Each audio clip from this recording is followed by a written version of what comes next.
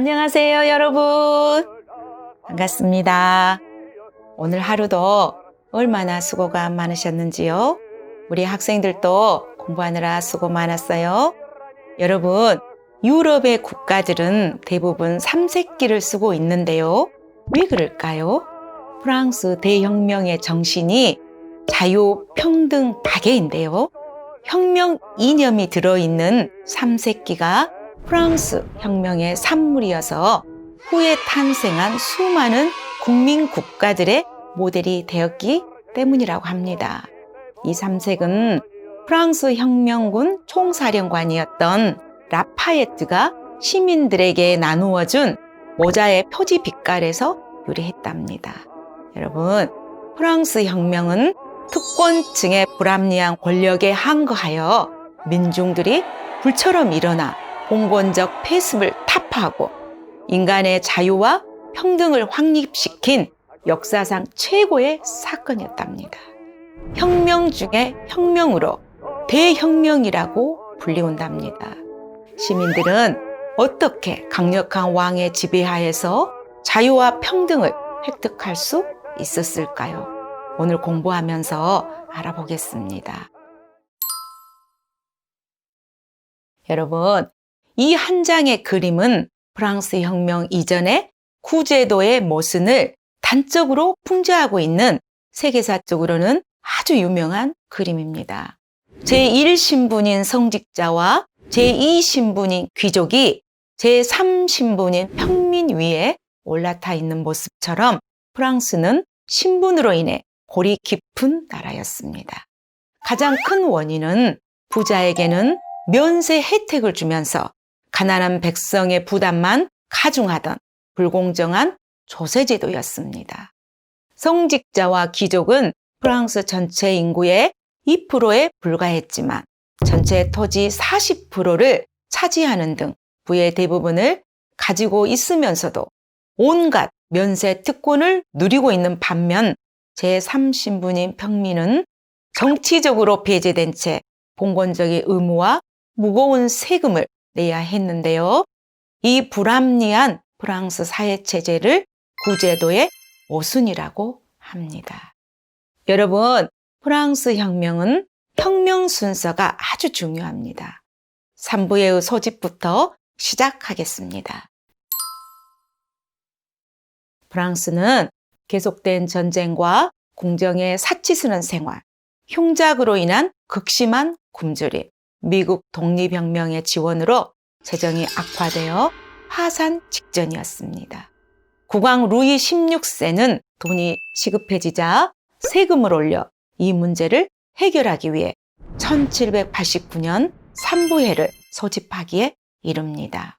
왕은 1614년 이후 160년 동안 한 번도 열린 적이 없었던 이 신분제 의회를 소집해서 세금 인상에 동의하도록 강요하려 했습니다. 삼부회가 열렸지만 성직자와 귀족 대표들은 종전의 관례대로 신분별 투표를 고집하였고 이들보다 수가 더 많았던 평민 대표들은 머릿수 표결을 주장하며 투표 방식을 둘러싸고 갈등이 발생하게 됩니다. 평민 대표들은 자신들도 국가를 대표할 권리가 있다고 주장하게 됩니다. 18세기는 금융과 상공업이 발달하면서 새롭게 등장하는 부르주아 계급이 성장하고 있었습니다. 대부분이 법률가, 의사, 은행가, 상인, 수공업자 등 당대의 지식인으로 계몽주의와 자유주의 사상으로 의식이 변하고 있어 특권사회의 몰락이 예고되고 있었던 상황이었습니다. 왕은 자기 뜻대로 되지 않자 평민 대표들이 투표하지 못하도록 문을 걸어 잠가버립니다. 화가 난 평민 대표들은 왕의 명령을 거부하고 1789년 6월 베르사유 궁전 인근의 테니스 코트에 모여 스스로 국민의 대표 기관임을 선언하고 국민의회를 선포하게 됩니다. 헌법이 제정되기 전에는 총칼의 위험에도 결코 해산하지 않겠다는 테니스 코트에 서약을 합니다. 불안해진 왕이 군사력으로 해산시키려 한다는 소식이 들리자 민심은 동요하고 격분한 파리 시민들이 1789년 7월 14일 거리로 쏟아져 나와 무기를 찾아다닙니다. 그들은 악명 높은 바스티유 감옥을 습격합니다. 프랑스 혁명이 시작된 것입니다. 바스티유 감옥은 죽을 때까지 고문을 받는다는 소문이 무성한 전제정치의 상징으로 사람들이 증오했던 곳이었습니다. 성난 군중들은 감옥의 책임자와 간수들을 살육하고 머리를 잘라 창에 꽂은 채 거리를 활보하게 됩니다. 실제로는 바스티유 감옥엔 무기도 거의 없었고요. 죄수도 고작 2명뿐이었다고 합니다. 그러나 이 사건은 위대한 투쟁의 서막으로 프랑스인들은 지금도 바스티유 습격을 위대한 혁명의 가장 중요한 사건으로 본다고 합니다. 그리고 7월 14일을 프랑스의 국경일로 정하고 그 의미를 되새긴다고 합니다. 혁명으로 바스티유 감옥은 완전히 철거되고 거기서 나온 돌을 사용해 콩코르드 다리를 만들었는데요. 왕래가 많은 다리를 지어 구제도를 짓밟고 다니자는 의미였다고 합니다. 정말 대단한 프랑스 사람들입니다. 이제 혁명의 불꽃은 전국으로 퍼져갑니다. 지방에서도 성남 백성들은 영주의 성과 수도원을 약탈하고 부수었으며 자신들의 의무가 기록된 문서들을 불에 태웠습니다. 결국 왕과 귀족들은 물러설 수밖에 없었습니다. 국민의회는 노예 신분을 폐지하고 귀족 및 성직자에 대한 모든 특혜를 없앱니다. 이후부터 모든 프랑스인들은 조세와 법 앞에 동등하게 되었다고 하니 감탄이 절로 나옵니다. 국민의회는 혁명의 기본 이념이 담은 인간과 시민의 권리선언, 즉 인권선언을 발표합니다. 인간은 자유롭고 평등한 권리를 가지고 태어났고 나라의 주권은 국민에게 있음이 선포됩니다. 인권선언 그림을 보면 왼쪽은 후제도의 모순을 상징하는 사슬을 끊고 있으며 오른쪽 천사가 가리키는 것은 이성의 눈이라고 합니다. 이로써 앙시앵레즘 후제도의 모습은 폐기됩니다. 중요합니다. 국민의회 때 인권선언이 나왔고요. 국민의회가 제정한 헌법은 입헌군주제였으며 재산에 따른 제한선거제라는 것입니다. 이때 모든 국민이 선거권을 갖지는 못하지만 1791년 이 헌법은 프랑스를 유럽 최초의 민주주의 국가로 만들었습니다. 이 헌법에 의해 국민의회는 해산되고 입법의회가 등장하게 됩니다. 당시 혁명 세력은 온건파와 강경파로 나누어졌는데요. 혁명 초기의 대세는 입헌주의와 의회 민주주의를 옹호하는 온건파가 권력을 장악하고 있었습니다. 그러나 이 판도를 뒤집는 사건이 일어나게 됩니다. 루이 16세와 왕비의 마리 앙뜨와네트가 파리를 탈출하여 왕비의 친정인 오스트리아에서 군대를 이끌고 프랑스로 다시 쳐들어와 왕권을 되찾으려 한 것입니다. 이 탈출 시도는 국경지대에서 발각되고 군인들에 의해 파리로 이송되어 결국 팝에 위폐되고 엄중한 감시 아래 놓이게 되었습니다. 이때부터 군주제를 폐지하고 공화국을 건설하자는 급진파가 일어나게 됩니다. 민중들은 굶주림과 신분제 타파를 위해 혁명을 했지만은 굶주림에 벗어나기는커녕 혁명의 불길이 번질까 두려워한 오스트리아와 프로이센 등 유럽 군주들이 대프랑스 동맹을 만들어 프랑스의 군인을 보냈고 이들은 왕가를 가만두지 않으면 파리를 부수겠다고 협박합니다. 프랑스 침공의 소식을 들은 수많은 민중들은 스스로 무기를 들고 파리를 지키기 위해 용감히 싸우게 됩니다. 이때 프랑스 혁명군은 라 마르세이즈를 만들었는데요. 1879년에 이 노래는 프랑스 국가로 채택되게 되었다고 합니다.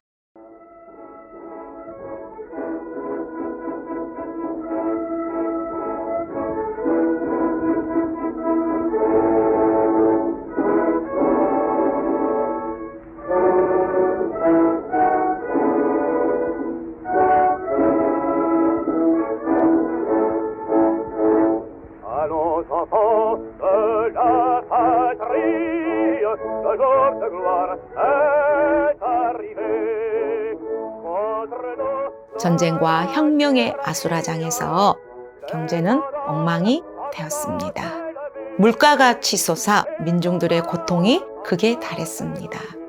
전세가 불리했고 물가 상승, 식량 부족에 시달린 혁명군은 강경파가 권력을 장악하게 됩니다. 그리하여 1792년 국민공회가 소집되고 투표 결과 1793년 루이 16세는 반역자로 단두대로 공개 처형됩니다. 단두대의 칼날이 목에 떨어지기 전 루이 16세는 몰려든 군중을 향해 프랑스인들이여 나는 무고하게 죽는다 라며 자신의 결백을 주장했다고 합니다. 왕이 처형된 이 혁명 광장을 오늘날 콩코르드 광장이라고 부릅니다.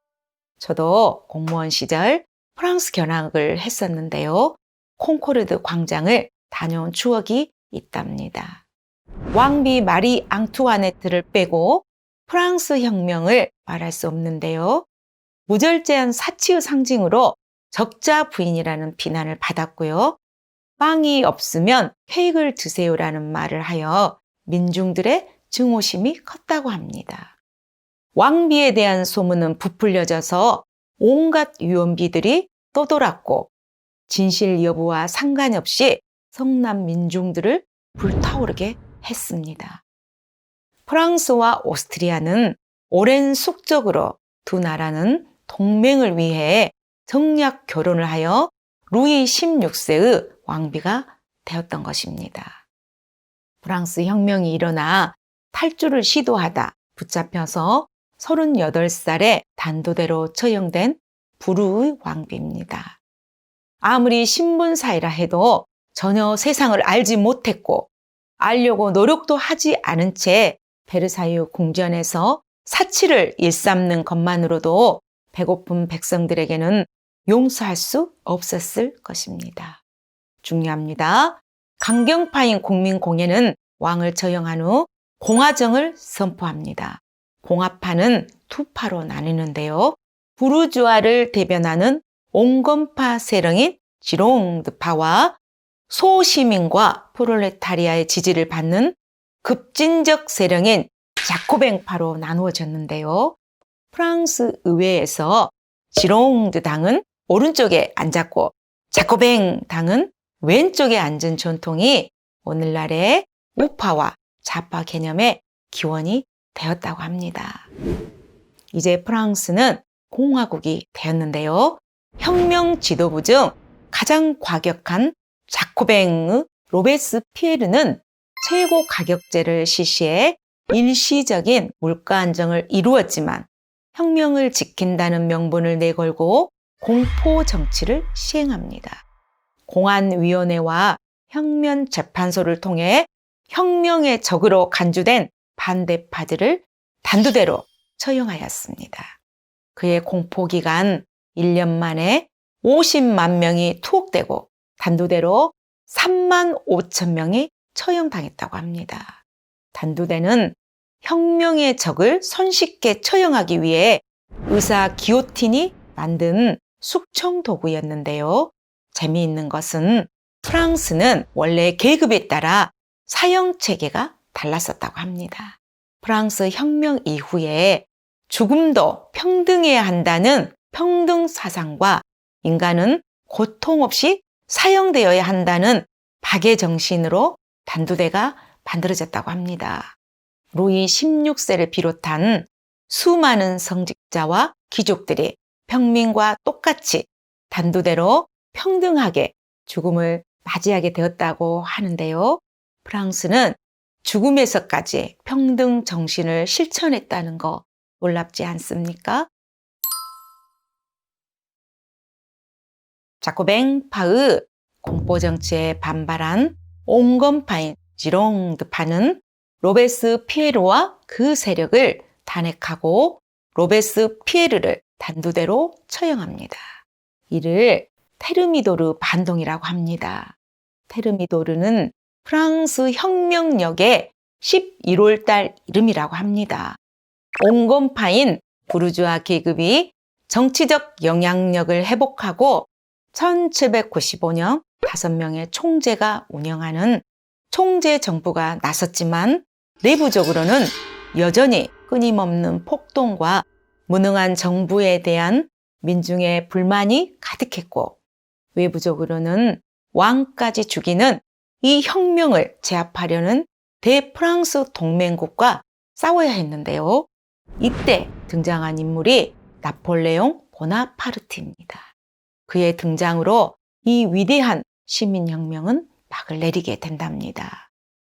프랑스 혁명은 대표적인 시민혁명의 전형입니다. 봉건사회를 타파했으며 공화정을 만들어 민주주의 발전에 크게 기여했습니다. 당시 유럽에는 봉건적인 왕조들이 많았었는데요. 프랑스 혁명의 정신인 자유평등 박애가 전 유럽에 전파되어 큰 영향을 끼쳤습니다. 오늘은 프랑스 혁명을 공부했는데요. 프랑스를 이해하는 데 도움이 되기를 바랍니다. 구독, 좋아요, 알림 설정 부탁드립니다. 감사합니다. 안녕.